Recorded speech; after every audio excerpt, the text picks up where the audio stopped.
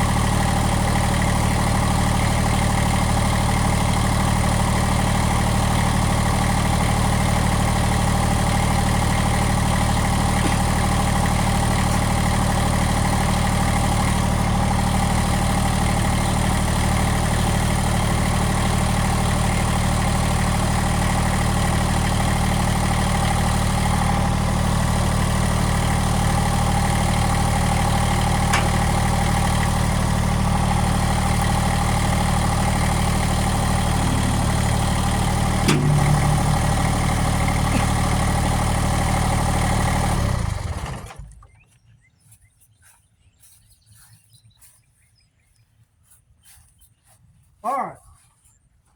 Like I said, I haven't had it off in 3 years, and I had to bump it off. But when I mow with this thing, I don't leave the bucket on. In fact, if I wasn't doing any projects at all, I'd take the whole loader off. But I find it's easier to do this.